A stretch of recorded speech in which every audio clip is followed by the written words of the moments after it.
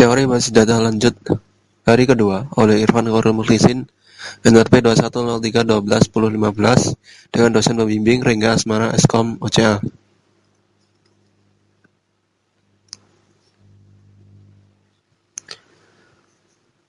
Pada teori hari kedua, materi yang akan dibahas adalah desain basis data. Dengan tujuan dari materi ini adalah yang pertama, memahami aturan sistem informasi dalam organisasi. Yang kedua, memahami proses desain basis data.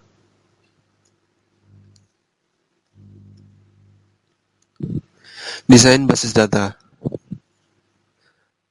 Aturan sistem informasi dalam organisasi. Yang pertama, organizational context untuk penggunaan sistem basis data. Yang kedua, siklus sistem informasi. Dan yang ketiga adalah siklus sistem aplikasi basis data. Yang pertama, organizational context untuk penggunaan sistem basis data. Berikut ini adalah alasan mengapa kita membutuhkan sebuah database. Yang pertama, data dianggap sebagai resource yang bekerja sama, sehingga lebih efisien jika manajemen dan kontrol dilakukan terpusat. Yang kedua, fungsi dalam organisasi dikomputerisasi. Yang ketiga, untuk mengimbangi pertumbuhan data, diperlukan untuk memudahkan dan mengatur data.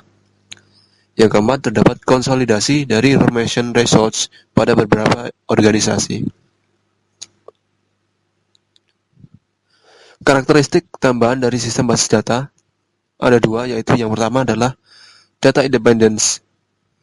Yang kedua, external schemas atau view. Sistem basis data menyediakan aplikasi baru, yaitu yang pertama adalah integritas, yang kedua SQL, dan yang ketiga adalah dukungan untuk browsing.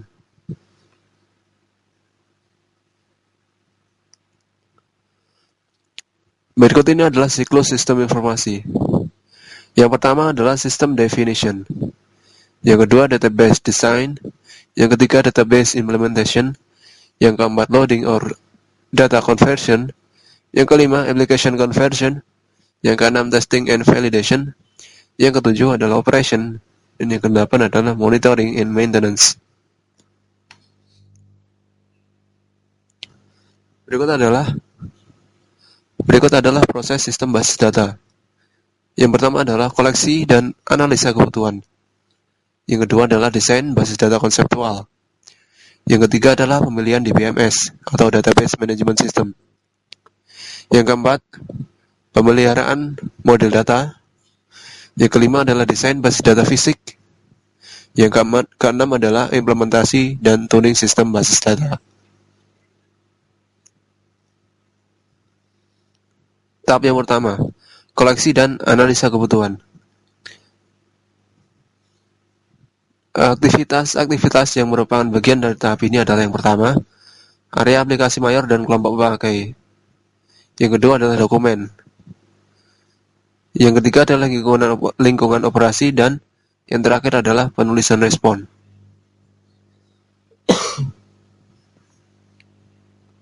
Tahap yang kedua, desain basis data konseptual.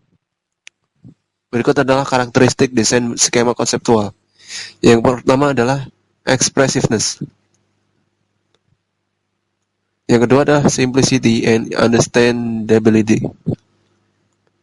Yang ketiga adalah minimality. Yang keempat diagrammatic representation. Dan yang terakhir adalah formality.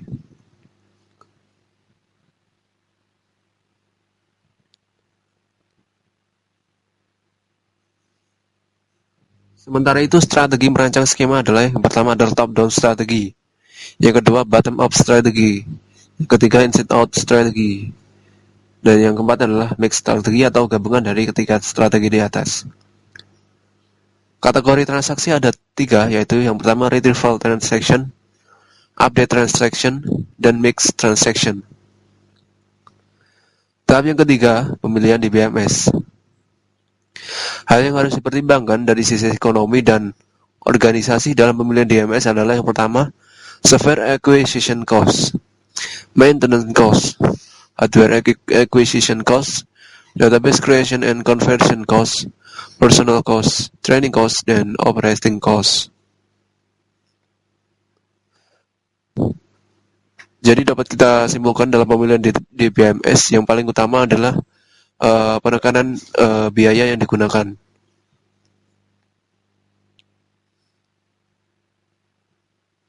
Faktor adanya keputusan berpindah dari basis file ke basis data ada yang pertama kompleksitas data, sehingga suatu data yang amat sangat kompleks harus di-manage menggunakan database management system. Yang kedua adalah sharing di antara aplikasi, di mana sistem basis file tidak dimungkinkan atau dimungkinkan untuk sharing di antara aplikasi, namun amat sangat terbatas, berbeda dengan sistem basis data yang sangat baik dalam hal sharing antar aplikasi. Yang ketiga adalah pertumbuhan dan perubahan data secara dinamis dan frekuensi permintaan ad hoc data, serta yang terakhir adalah volume data, di mana sistem basis data mendukung volume data yang amat sangat besar, sementara tidak untuk basis file. Tahap yang keempat, pemetaan basis data. Tahap berikutnya dari perancangan basis data adalah membuat skema konseptual dan skema eksternal dalam model data dari DBMS terpilih dengan memetakan skema tersebut. Di mana proses pemetaan terdapat dalam dua bentuk. Yang pertama, sistem independent mapping, dan yang kedua adalah tailoring the schemes to a specific. Tahap yang kelima, desain basis data fisik. Kriteria dalam pemilihan rancangan basis data fisik yang pertama adalah waktu respon, di mana kita memerlukan suatu desain basis data yang ketika kita mengaksesnya akan menghasilkan waktu respon yang sangat singkat.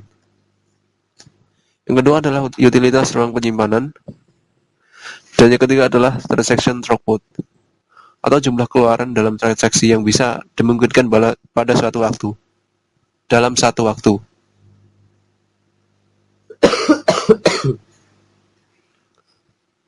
Tahap 6, implementasi basis data dan tuning. Pada tahap ini, rancangan logika dan fisik selesai, sehingga kita dapat mengimplementasikan basis data, sistem basis data yang merupakan tanggung jawab dari database analyst bersama desainer basis data.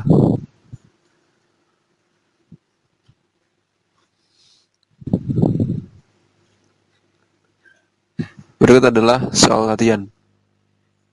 Soal pertama, sebutkan 6 tahap perancangan basis data. Dan jawabannya adalah seperti berikut. 6 tahap dalam perancangan basis data antara lain yang pertama adalah koleksi dan analisa kebutuhan. Yang kedua adalah desain basis data konseptual. Yang ketiga adalah pemilihan DBMS. Yang keempat adalah pemetaan model data. Yang kelima, desain basis data secara fisik. Dan yang keenam, atau tahap yang terakhir adalah implementasi basis data dan tuning.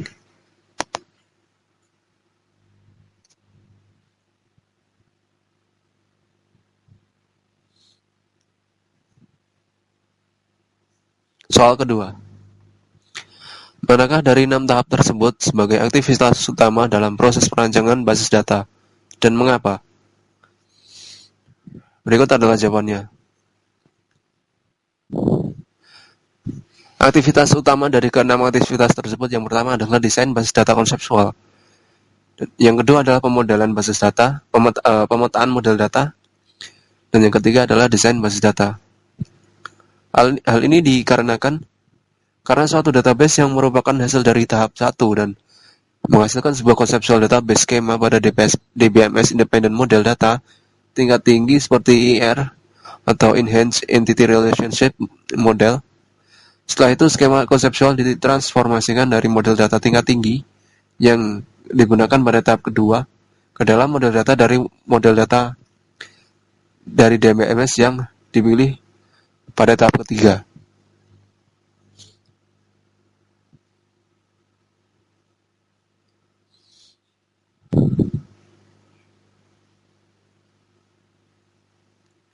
Soal ketiga. Mengapa perancangan skema dan aplikasi dilakukan secara paralel? Berikut adalah jawabannya. Perancangan skema dan aplikasi dilakukan secara paralel karena aktivitas pertama yaitu desain skema konseptual menentukan kebutuhan data yang dihasilkan pada tahap 1 dan menghasilkan skema basis data konseptual. Aktivitas kedua, desain transaksi dan aplikasi, menentukan analisa aplikasi basis data pada tahap 1 dan menghasilkan spesifikasi level tinggi untuk aplikasi tersebut. Sehingga dapat disimpulkan bahwa perancangan skema dan aplikasi harus dilakukan secara paralel.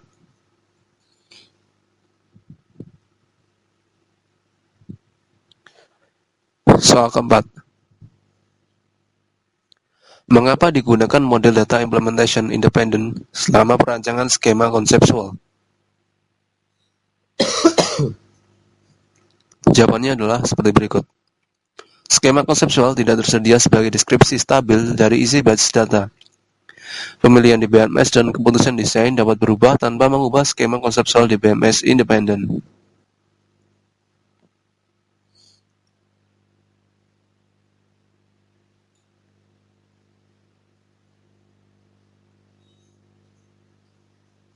Soal kelima,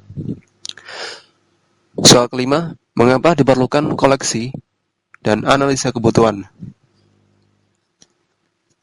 Jawabannya adalah seperti berikut.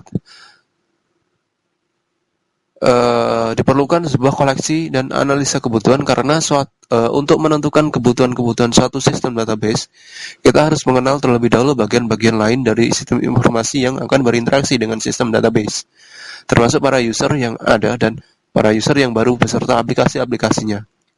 Kebutuhan-kebutuhan dari para user dan aplikasi-aplikasi inilah yang kemudian dikumpulkan dan kemudian selanjutnya adalah dianalisa.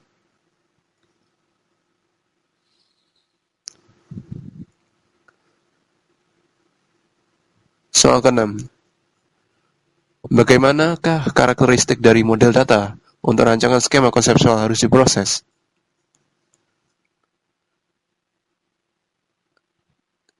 Jawabannya adalah seperti berikut.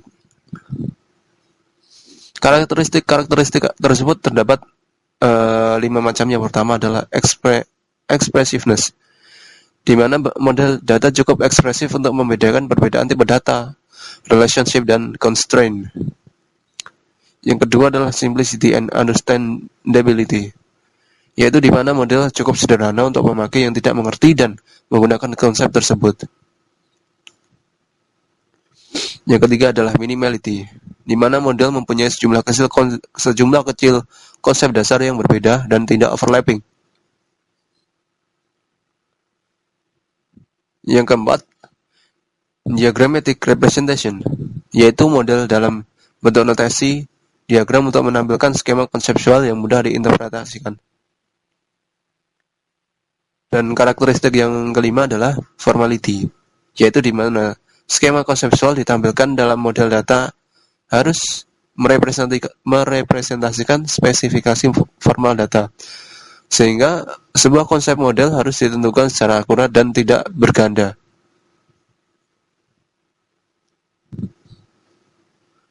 Soal ke-7. Apakah perbedaan dua pendekatan utama dalam rancangan skema konseptual? Perbedaan kedua pendekatan terletak pada tujuan di mana banyak view atau kebutuhan dari banyak pemakai dan aplikasi digabungkan. Pada pendekatan terpusat, rekonsiliasi dilakukan secara manual oleh database administrator. Hal ini dapat mengakibatkan terjadi konflik pada staf database administrator. Permasalahan ini dapat dipecahkan dengan menggunakan konsultan luar.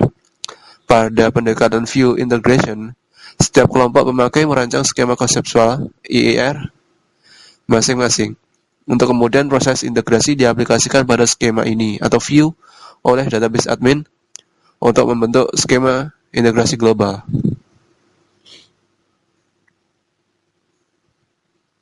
Soal ke-8. Strategi apa yang digunakan untuk merancang skema konseptual dari sebuah kebutuhan? Berikut adalah strategi-strategi yang ada, di mana terdapat 4 macam strategi. Yang pertama adalah top-down strategi, yang kedua bottom-up strategi, yang ketiga inside-out strategi, dan yang terakhir adalah mixed strategi atau gabungan dari ketiga strategi tersebut.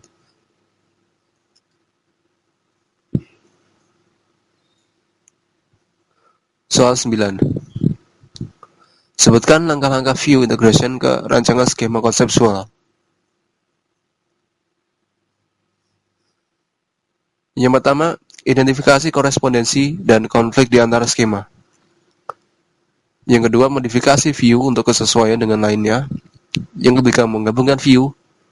Dan yang keempat adalah restrukturisasi atau sebagai langkah akhir skema global dianalisa dan direstrukturisasi untuk memindahkan redundansi dan kompleksitas yang tidak perlu.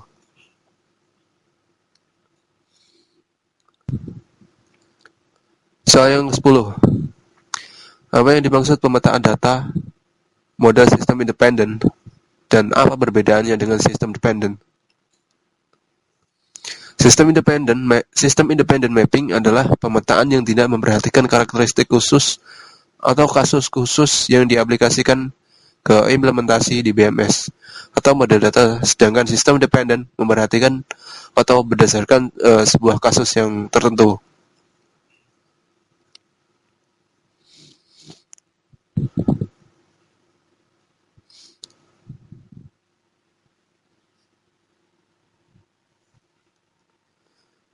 Baik, ini adalah akhir dari teori hari kedua.